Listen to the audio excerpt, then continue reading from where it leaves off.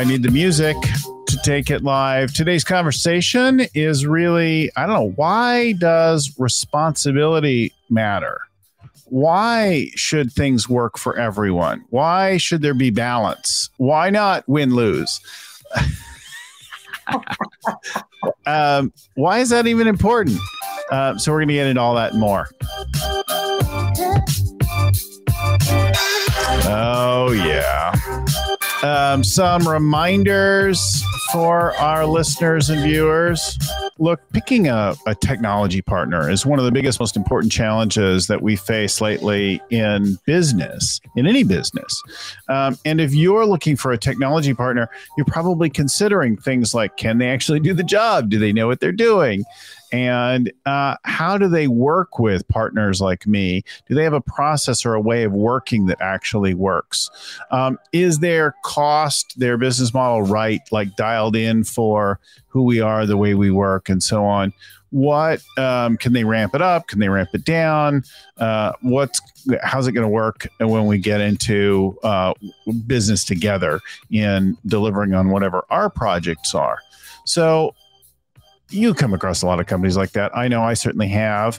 And one of the companies in our world, in the scaling up world, is a scaling up venture incubator based in India that has a specific process or recipe for doing this kind of work with companies like yours in the mid-market, small to medium-sized growing companies dealing with that. And they've developed a model and approach for enterprises just like ours that deliver, multiples on their competitors in terms of getting your projects done, getting your technology developed.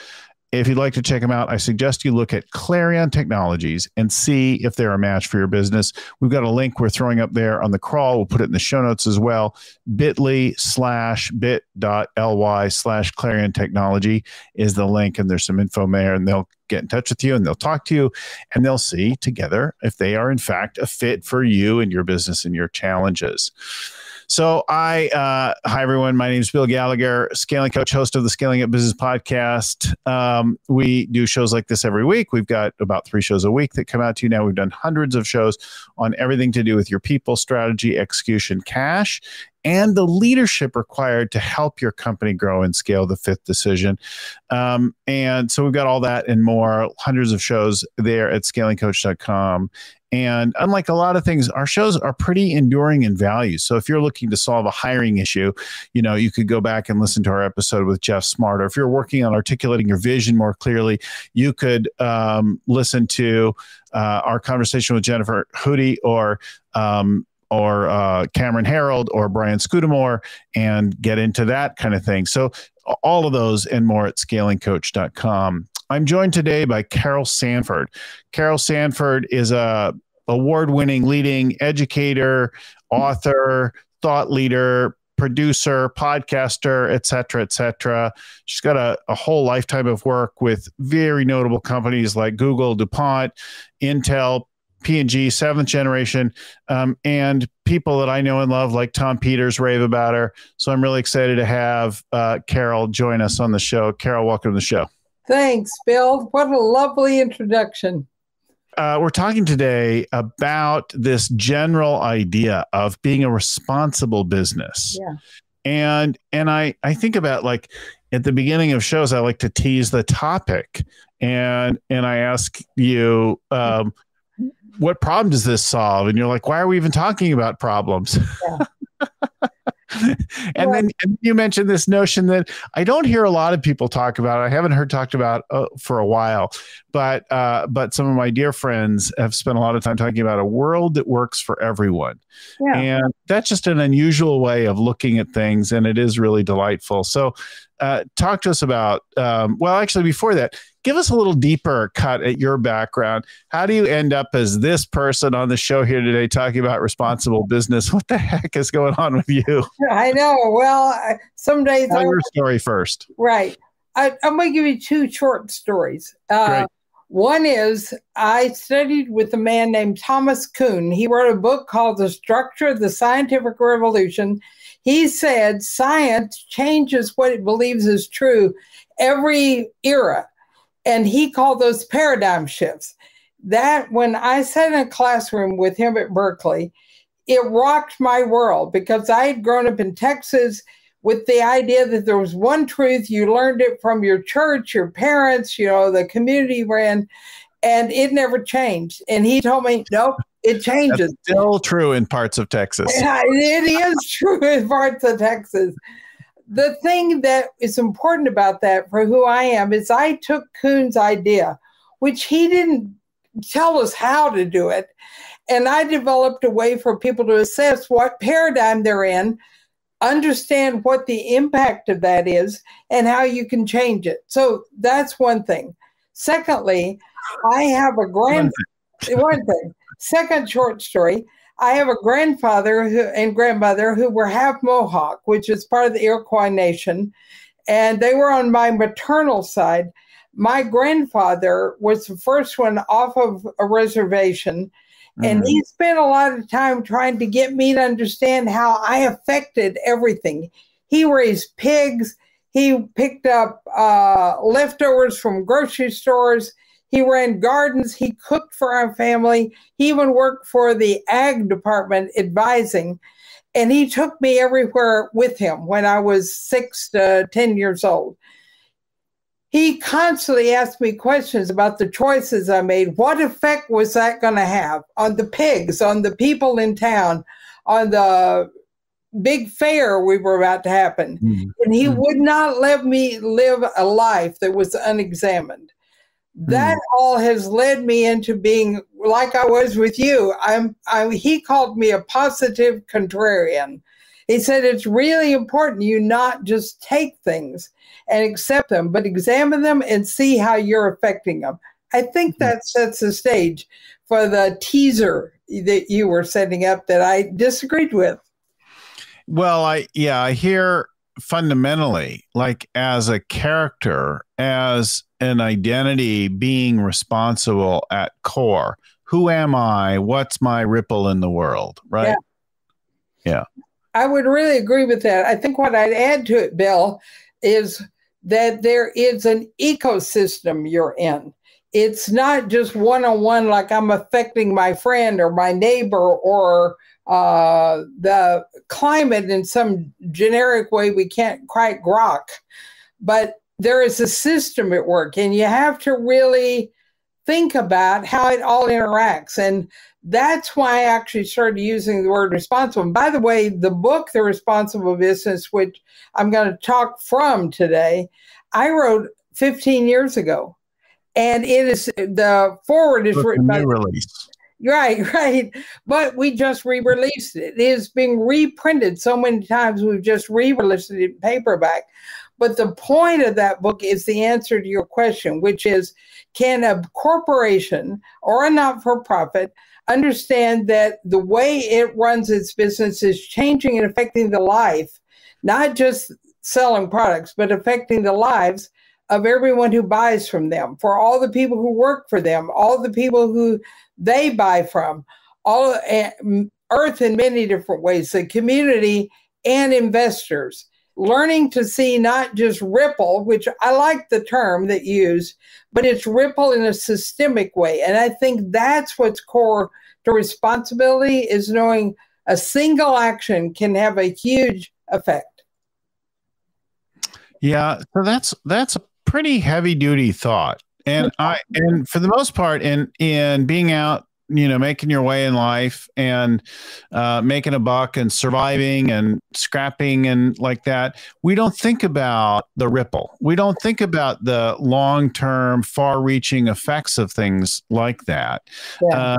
This is also really related to, we've had on the past, we've talked about conscious capitalism, and we've had Raj Sisodia on the show before and a speaker. And the notion that when we take into account all this, we make our business and our work stronger.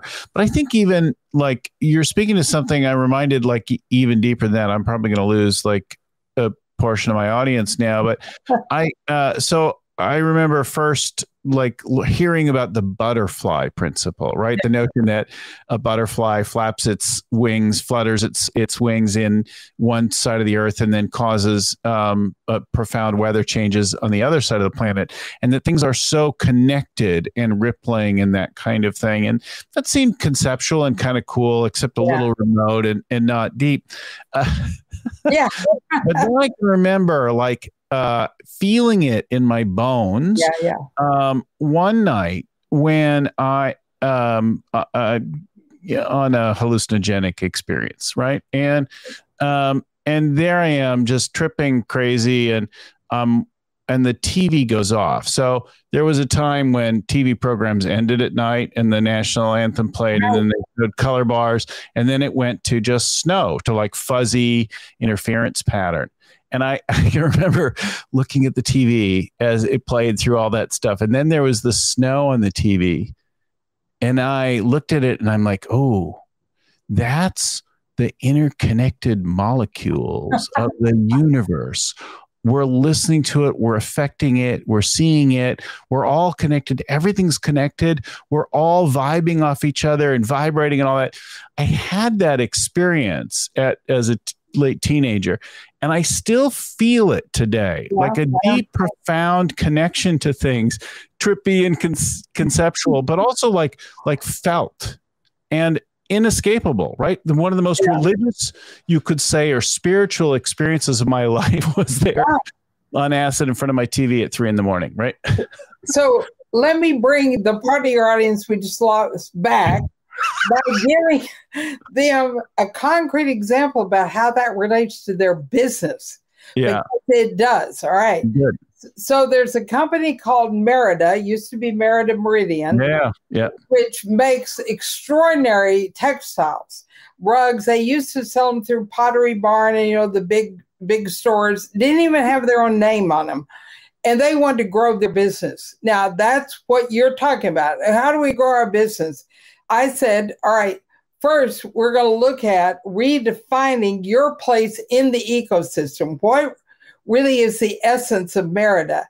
And it turned out, if you went and looked at who they had working for them, where they drew their ideas, they were filled with artisans who were migrants who had come from around the world. They were living in Boston. That input that came from Vietnam, Thailand, Brazil, where these artisans were not even being acknowledged. They were making commodity products. Once that got lifted up, we started looking at, well, what would it be like if you sold, instead of through a box store, you sold through interior designers and you sold that story. So we set up labs inside of Merida where the interior decorators for huge hotels around the world, famous big name interior designers and architects came and worked in the studio with these artisans who had escaped. They had a story which was amazing. That process allowed us to redefine based on the essence of the company and still maintain the integrity of all the sustainability, all the kind of work that took out toxins from the manufacturing, changed how we work with people. With the core of the butterfly is essence, which spreads. And you can grow, we grew that company about 35 to 40% annually in revenue. Now, I bet your listeners are listening now. That's what the butterfly effect is about. And we went off into Brazil and looked at where the suppliers were sending things and discovered the elders. There were elders like me, right, who were there making these beautiful fibers and dyes, and yet they were getting laid off because of fair trade. They didn't fit the criteria. You could pay, you raised what you paid, but you didn't take care of the village. The village is a part of the butterfly effect. Now, I don't think you have to do acid, although I've never tried it using this process. But I think seeing that there are aspects that if you can go understand the essence of your business and what, not so much what makes it unique, but what makes it what it is. And now you can build a responsible company because you've got the whole ecosystem involved. So did I lose you, but got your listeners back? No. I think it's really great that, there was a time when I wouldn't have admitted that for sure, but since, leaders like Steve Jobs and others have come forward and talked about some of their experiences and how it expanded their thinking, I'm not afraid to admit I'm not actively encouraging anyone to use drugs of any kind.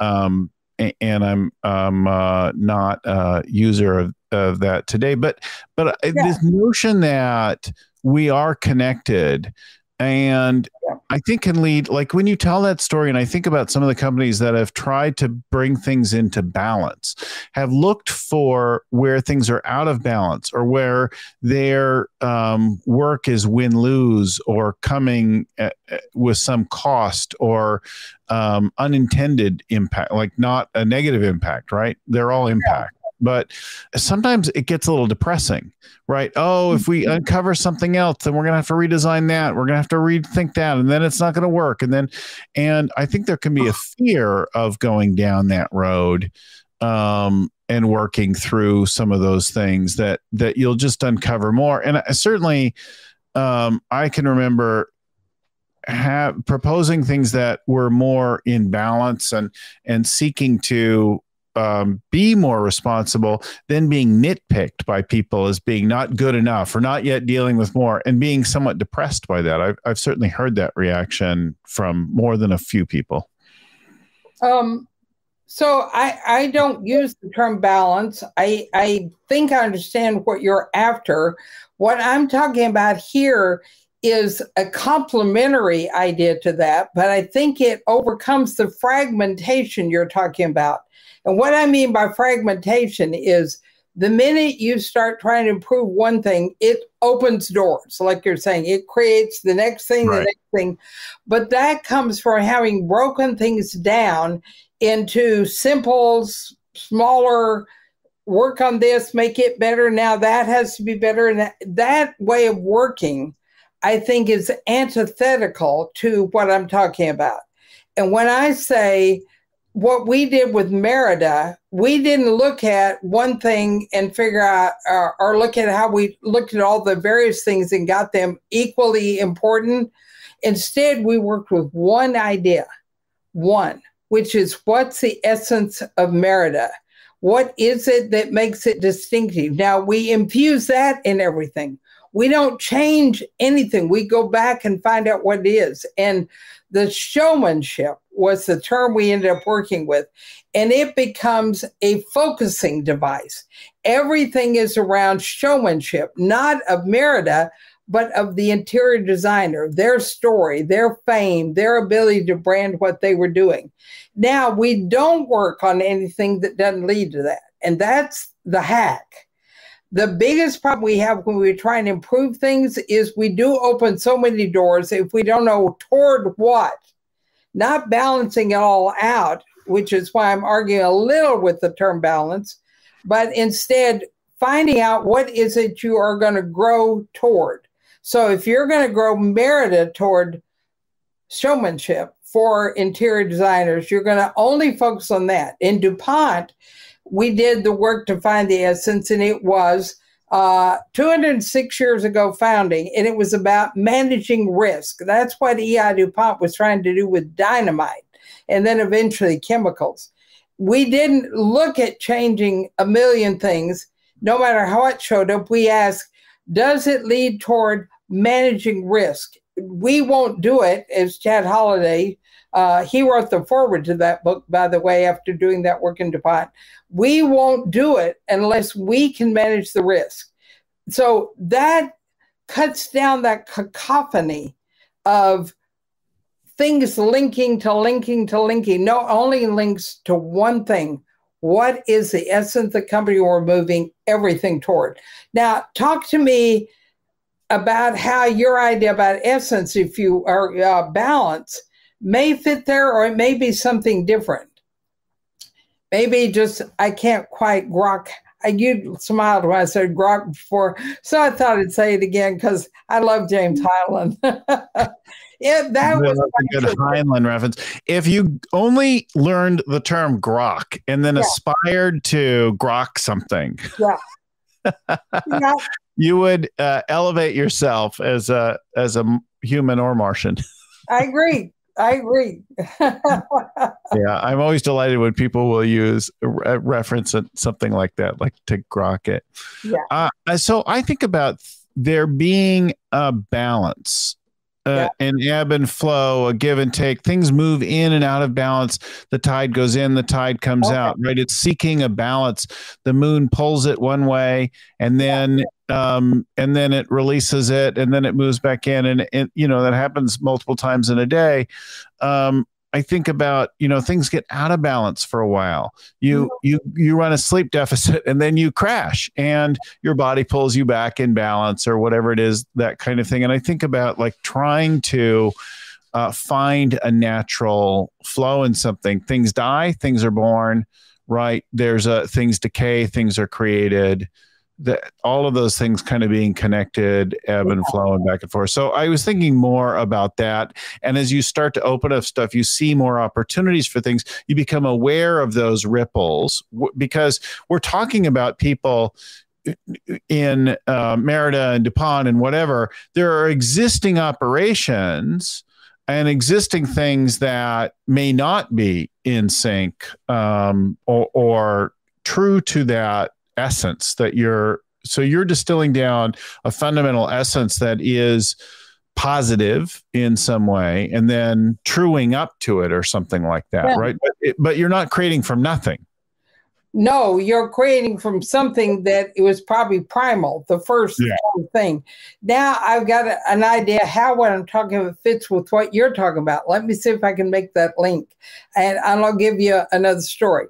All right, so essence is the initiating energy, the one thing, but there is the ebb and flow, the complementarity, the positive and negative of a battery, or it won't charge. That's like the energy that takes the whole of essence. And I often say what's going to have to be complementary when we go out and work. So, for example, seventh generation, let's take a smaller company. Well, Merida is small. But seventh generation makes non-toxic household products, personal care products. I worked with them after they were not making money for a long time, then breaking even, and grew them so Unilever has now bought them. Now, what we looked at was, what is it that is the essence of seventh generation first? So I'll tell you that, and then we'll go to the complementarity that creates the balance. The essence of seventh generation was the ability to discern dissonance.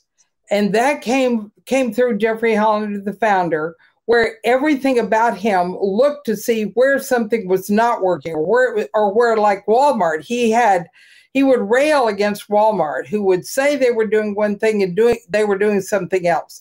He would demonstrate, get arrested, do all sorts of things to try and call attention to why Walmart was not really living up to the words it was putting out in the world about helping the poor buy groceries, stuff they couldn't get access to. Now, Jeffrey finally understood that the way he had to do that was he had to create dissonance with their actions. He had to actually intentionally create imbalance, or else people couldn't see what he was talking about. So he would show, all right, if you are doing all of this packaging material and throwing it away, what you're doing is polluting the environment. Mostly you're polluting it near where people of color, people of lower economic standards or income could not have a way to live healthily. And so he said, here you've got one thing extreme here, where you're creating cheap imported products, but what you're doing is polluting the world. He made a marketing campaign out of showing what happens when you have imbalance, and showing it through imbalance, and saying, if you don't learn how you can do both, how do you get products delivered to people in a way that don't pollute the environment?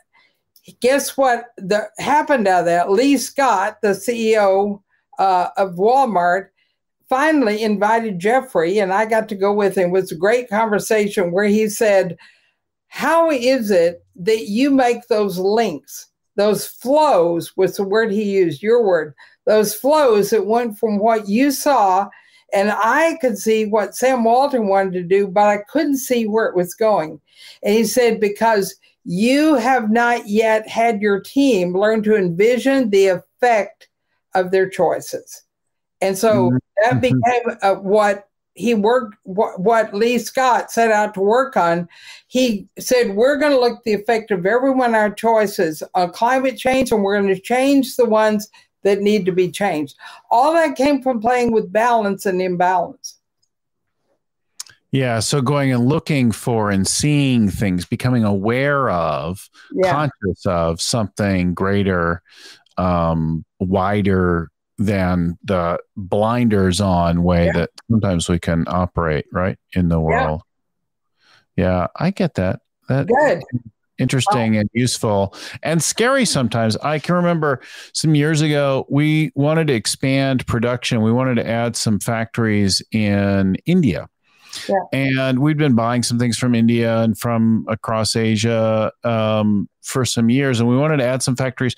So I sent one of our managers to India to go talk to the factories.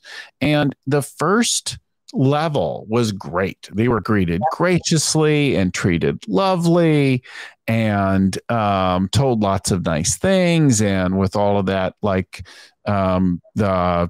some of the artifacts of the culture and that kind of thing, you know, it was a great experience. But then she said, show me the environment. So they started to take her around the factory, and they showed her some of the things. And again, it was well ordered and that kind of thing. And then she started to dig a little bit, scratch the surface, right? And she said, what's behind that door? And she started opening the doors and looking around. And then like in peeking a little past the, you know, behind the curtain, then that's where the separation occurred. So then we started to see, they're high, like literally in some places, the smell was overpowering because of toxic chemicals and things like that, and bad hygiene. And, you know, I think there's something there to see and to notice. In other cases, we went and, you know, we heard a good story and like, okay, who are these workers and where are they from? And tell me about their lives and that kind of thing. And then we started to actually see differences in some places where people actually knew the answers and they knew the footprint and they could talk about the programs they were doing and the sort of larger relationship of the work that we did, our products out in the world and that kind of thing. You could start to see those full connections, and that helped us to make a different kind of choice than we were prepared to make on the surface of choosing, you know, only, you know, somebody's best pitch, the best pricing, timing, that kind of thing, right? Yeah. Well, I worked this would remind me, I worked in South Africa just as Mandela was coming off Robben Island with Colgate-Palmolive. And there were, well, I mean, you know the stories. They were blowing up taxis and it was a dangerous time to go. And the guy who became general manager asked me if I was willing to go take the risk. And I said, well, what are you trying to do? And he said, well, I actually want to build a great new South Africa by building a great company. And what we're going to have to do is look at the racism, the toxic materials that were being used, the dangerous situation that was being created. And I suggested something about how you work when you hit that environment. And I've done this in India, but your particular story is reminding me of South Africa. We set up and this is the way I always work, where we did an education campaign rather than trying to tell people what to do. Because if you tell them what to do, they try and hide what they've been doing. It's like they feel like they might be judged if you're going to go look behind their doors and so forth. So I said, no, Celios, the GM of that, why don't we educate people to assess themselves? We're going to give them a way to look at and understand the flow of what I call a value-adding process, how a manufacturing process, a creative process can look when it's whole and complete, when it's taking into account all stakeholders. And then their job is to assess, not tell us, but assess themselves on how they're doing and come up with their own path forward. So we did that for a couple of years. They ended up creating events and transformational businesses in Soweto and Alexandria, where they use products at Colgate, because we were inside of a company, right, to be able to build small businesses for women who were using it to educate the entire township on what oral health looked like. Because 90% of kids were losing teeth by the time they were teenagers. And the people there knew that, but if we told them how to work, they might not have worked on that. But they used it as a way to rebuild their value-adding process. Now, here's what we were really doing for the business and following Celios's idea. We were building leaders for South Africa. All of the people who led that, who we were just educating them how to be leaders, educating how to be managers, educating how to run a facility, were also learning how to run township councils and how to build events in the township. This is what I mean by responsibility, where you can do multiple things at one time, and you can give people the ability not to be afraid of what you'll find behind the door that they would have to explain, but you put them in charge, and you're just in charge of education. Mandela gave us an award for that. I say us. I didn't serve anything. I was the educator. But what he created was the Constitution Award. Because of that education, we were able, and I always say we because I was so invested in it. I wasn't an employee, right? I flew it back and forth. But I'm going to still say us because they said that about us.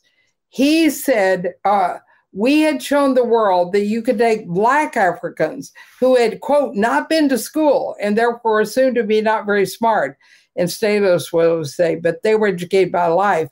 And we moved them into the top 5% of the leadership of the company became 95% Black. People told us we couldn't do that. Mandela had put it in the Constitution. That's responsibility. But we also grew the company 65% quarterly. Do you hear that? Quarterly in revenue, because we were operating in a different way. So we were responsible to the investor. We were responsible to the employees. We took away and got rid of many of the toxic manufacturing processes. I think that resonates with me for what you were talking about in India you were involved in. Yeah, I definitely hear something there. And I think like to relate it back to local companies in a modern world, I like our businesses have big effects, right? On much bigger than we realize day to day, right?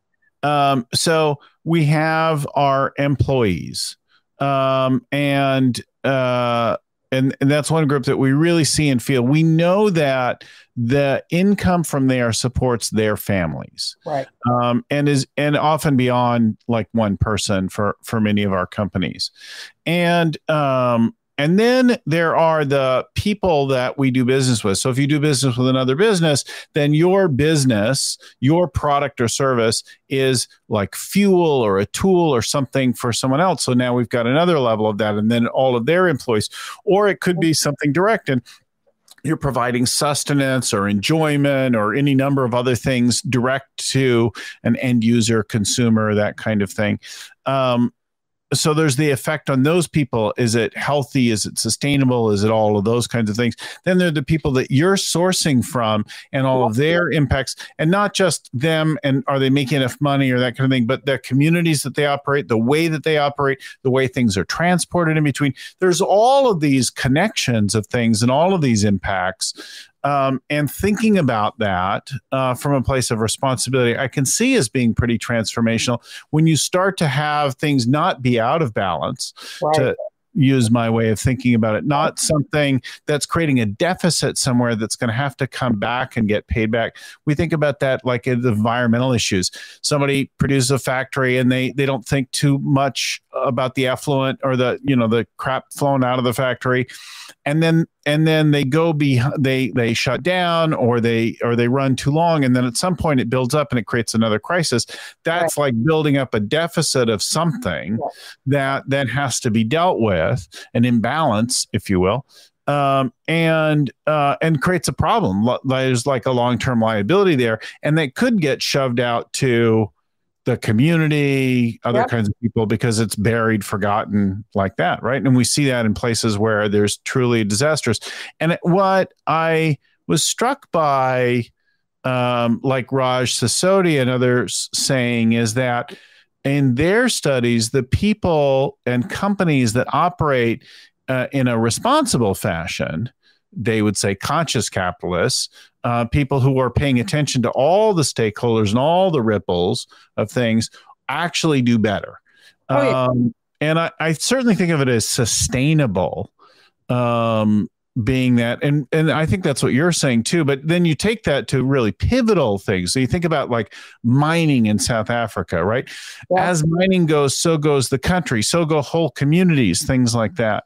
If you transform those and alter them in some fashion, empower the workers, that kind of thing, you fundamentally change the entire society. Well, speaking of mining, let me give you one last story here. DuPont, I worked with their mining in Australia, and we were working with people who'd been in mines in South Africa. And they were, when I started there, and Chad Holliday was responsible for that group at the time, they were being sued by the government of Australia for destruction of rivers, streams, health, economics. All of it was going downhill. And what we did is looked at educating them about how, I still think you don't go directly to sustainability, because if you do that, you don't look at the uniqueness of that mine in that location with what it's doing. And that's my complaint really with people who work on kind of saying do good for all, because you aren't really going and looking at Australia. What we did in South Africa was unique to that period of history and time and what it needed, not a program that says get everybody equally okay. So what we did in Australia was we said, what's the essence of mining? And what is it when it's titanium, which particularly was what they were doing.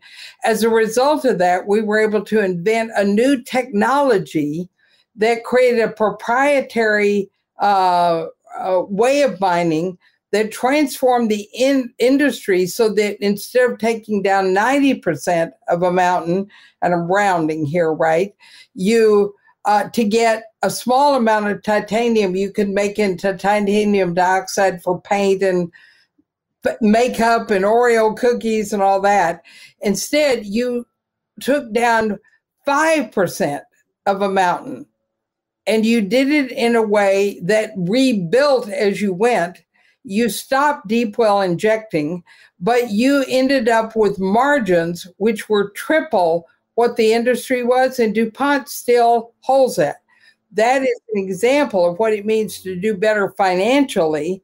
It certainly made Chad Holliday get promoted and keep going up the chain. So personally, he became chairman, CEO, and president of DuPont. And it reversed, the government stopped all of the lawsuits that they had going and the problems they had going. So everybody did win. But the point I'm trying to make is you don't just go in and try and do good for everybody. You look at this unique situation. What's the essence of it? How do people work on it? We worked on townships. Townships didn't exist there. We worked on that in South Africa. We worked on what they were mining and what it meant to work that way there. If you don't start with that, to me, you're only on a sustainability level and not in an ecosystem responsibility level. Am I translating here? Well, let me see. I think what you're saying is that it's it's not conceptual or theoretical. It's Right. applied to the unique environment or situation that you're operating in. Exactly. And we even go in and doing a story of place. So when we were in South Africa, we did something called Story of South Africa. What is it that makes it who it is? And it turns out that it's a lot about birthing newness. We think it's where the birth of humanity, where we became Homo sapiens, the first version of what we are today. It also is a place that certain kinds of crops started there that then spread around the world, particularly certain kind of beans and greens and things that have nutrients which work today. When we looked at birthing that and shared that with Mandela, part of what he ended up saying, right, we're birthing a new South Africa. Now we have something that is unique to this place. It is the essence of South Africa, and we built from that. Yeah, I get that. I pulled up while you're talking definition of responsibility, because when we use a term like that we use commonly without consideration, sometimes it seems useful to look at what does it actually say or mean. And I'll let you speak to this. I'll read a couple of sections of it. Of course, like all definitions, is pretty long. So the first is having an obligation to do something, having control or care over someone as part of your job or role, being the primary cause of something, so able to be blamed or credited for it. Of a job or a position involving important duties, independent decision-making, control over things. Yeah, I think there are a couple of things there that when I talk with people about responsibility, I get us to talk about, which is there are kind of 4 levels at which we can do good. One of them is sort of at the level of being kind. You can kind of be good to people, you can share. A next level up is we can kind of be empathetic. Oh yeah, I've been there, I felt that. I feel your pain. The next level up is compassion. Oh, I want to make your pain go away. That's a lot different than kind, a lot different than empathy. But the 4th level, which you just read in that description, is caring. And my definition of caring when I'm talking about responsibility is I want to build your ableness to do what you want to do. I don't want to give you my version of getting rid of your pain or give you my life that you would get to live. I want you to live your life. So wherever we went, in South Africa, in Boston with Merit and Meridian, in Vermont, in Australia, it was all about finding out what are they pursuing. That is where what you were talking about comes from a deeper place. And I do think that is hinted at in here. And it also, the minute you can see that, you feel a duty. It said obligation, either of those, to do something. I can't not help you. When I was there, I never wanted to leave South Africa because these young Black men, mostly who were working there, had so much hope for their families. And with what Mandela was doing, they were coming forward, and when I was in the US or Europe working, I would leave and I'd come back and they couldn't even remember what we worked on. We'd have to go start over, rebuild. In South Africa, I couldn't keep up with them. They would take everything I'd given them. They would have applied it. They would have extrapolated. They would have taken it into the township, into the council they were running. They were driven, we would say, because they felt an obligation, because they cared. And that is to be exactly what we're talking about when we say responsibility. Having to care for things or the opportunity to care for things. On one level, when I think about the things that I have to do, the things that I have to handle, I can get exhausted very quickly. I can feel like I'm not enough. There's never enough time, that kind of thing. When I think about that I'm responsible for a great deal of things, when I have a huge impact, when I care about a great range of things, I actually start to feel very powerful. When I start to think about all the impacts that I have in the world and the people that I touch, and even with a few conversations, the entrepreneur that I talked to the other day, and I said, listen, if you just shift this with your team's going to show up differently. And like later that day, he said, "Oh my God, it's like it was night and day. I said this and everything changed." And I think, Jesus, I'm powerful, right? Yeah. Wow, I can do a lot of stuff. And I'm actually interested in doing more. I'm like, give me somebody else to talk to, right? If I can cause that little shift with something I said. I call that switching from being an agent to being an instrument. So if there's nothing wrong with agency. If we don't have it, and that was part of the definition of responsibility, I have to have enough ego to get up and go.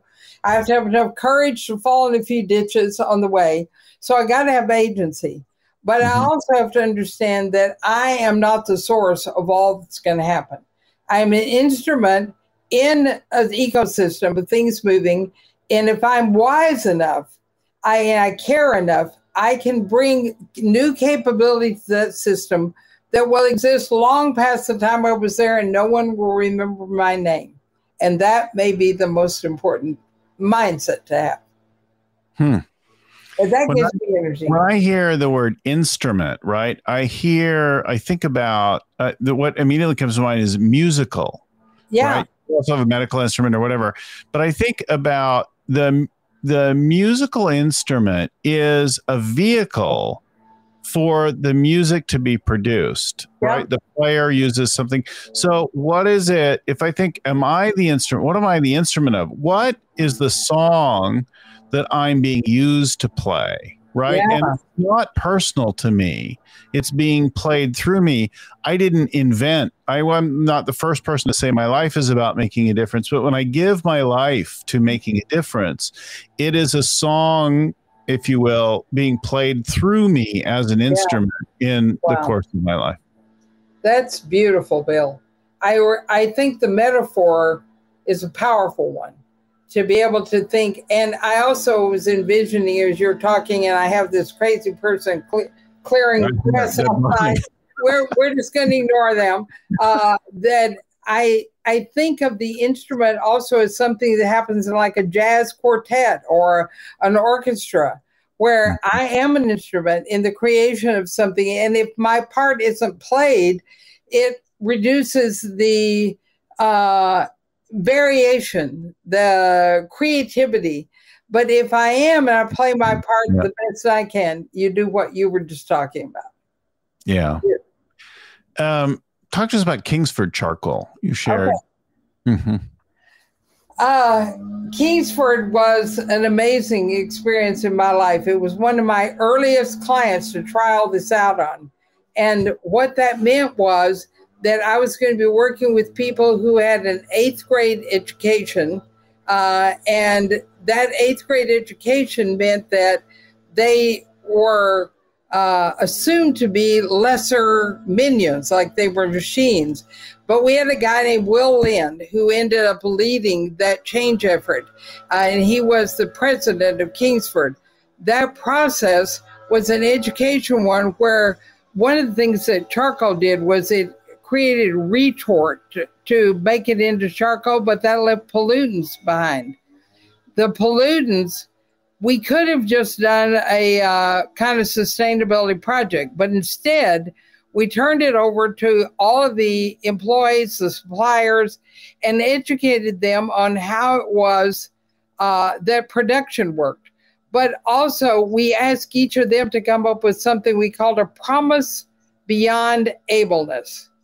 And what that meant was they could see something that really needed to be done, but they didn't know how to do it.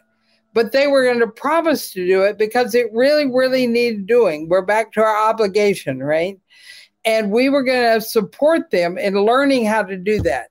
One of the teams understood and worked until they created a retort process that significantly reduced the particulate, which was causing charcoal to be such a disgusting process. And by the way, it wasn't much worse than gas, but gas grills got popular because of it.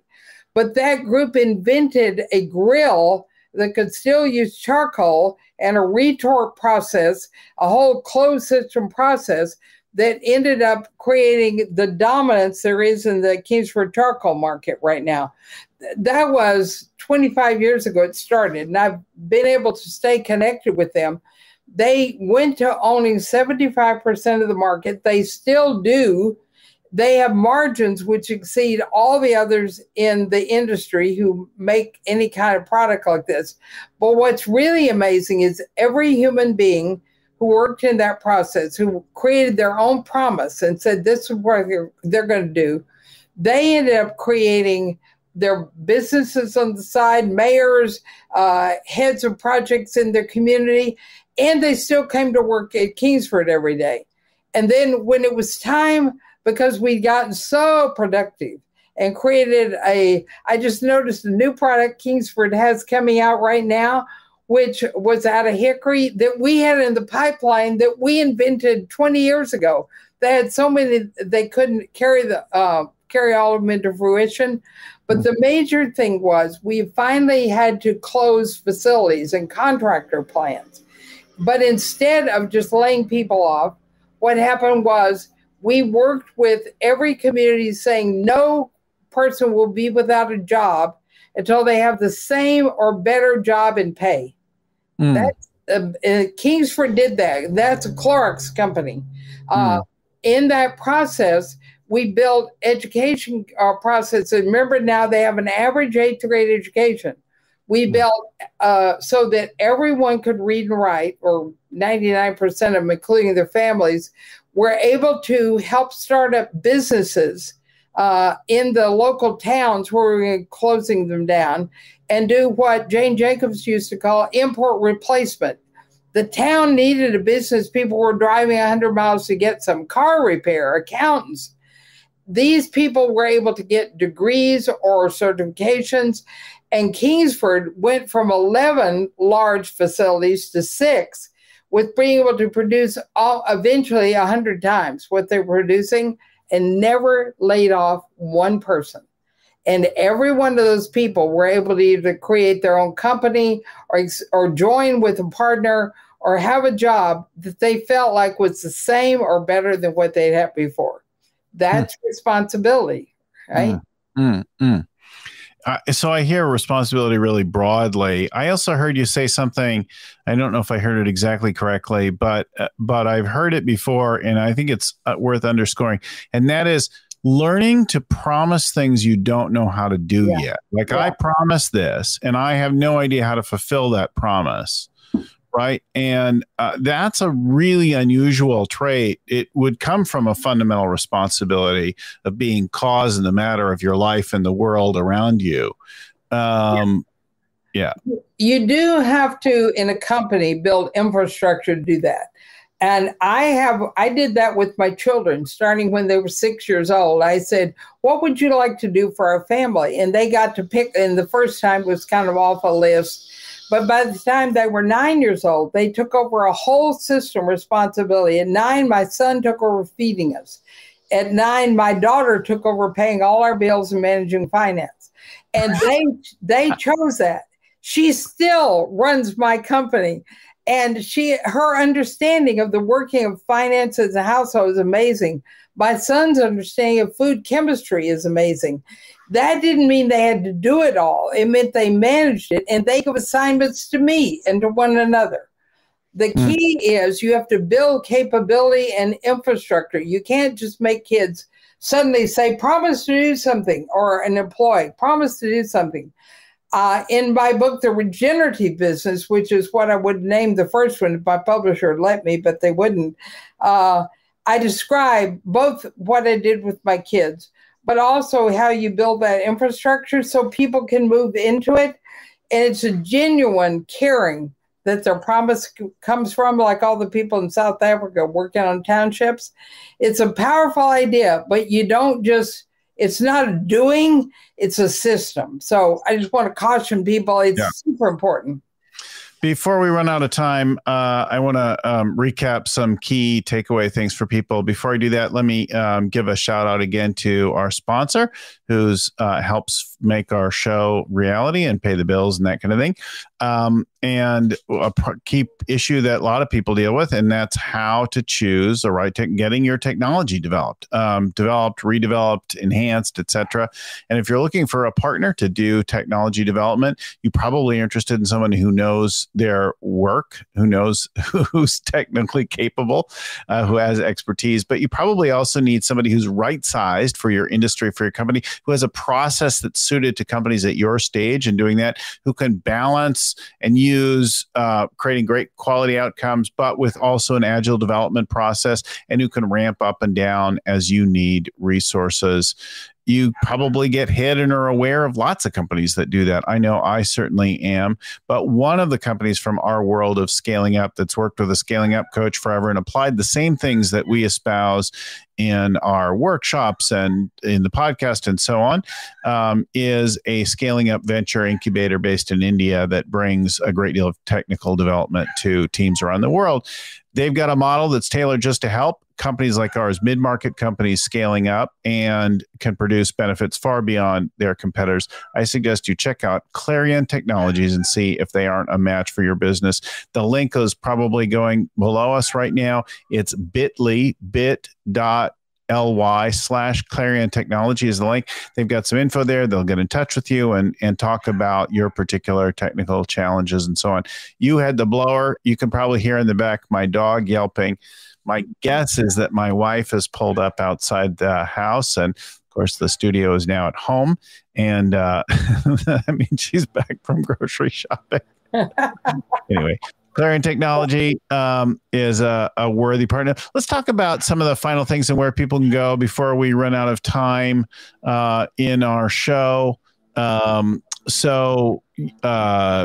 You talk about dealing with reality. You talked about systemic effects and wholes, looking at the broader picture of things, getting to the essence of things, and taking charge for yourself, allowing people to take charge, not only being responsible, but allowing others to be responsible, and develop capabilities that they did not have before.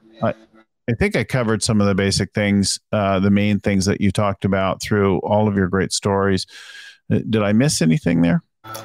No, I think if I had to put them in order, I'd say really getting the idea of that every company has an essence. It's based on its founding. And hanging on to that is the focusing element. Then it lets you look at where you're talking about what does balance mean? And then we kind of ended with the idea of how do you build responsibility in. So I think you hit the good stuff. And we'll include both the dog and the blowers outside our respective recording sites. It's nature of being at home. You're right.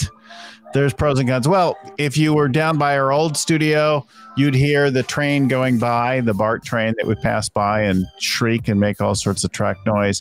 I want to give big thanks to Lucy Summers, working behind the scenes to get our show prepared and scheduled and distributed, all that kind of thing.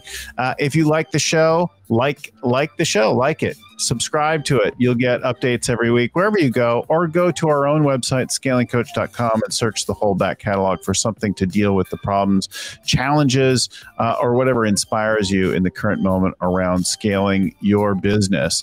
I want to give big thanks also to Vern Harnish, author and creator of the Scaling Up Framework, and to Albert Burge at Podfly Productions, who edits our audio each week. Our show notes are written up by and compiled by Ann Cadena and then proofread by Tim McGowan. Thanks again, everyone, for listening, for watching. We'll talk to you again next time. Keep scaling up.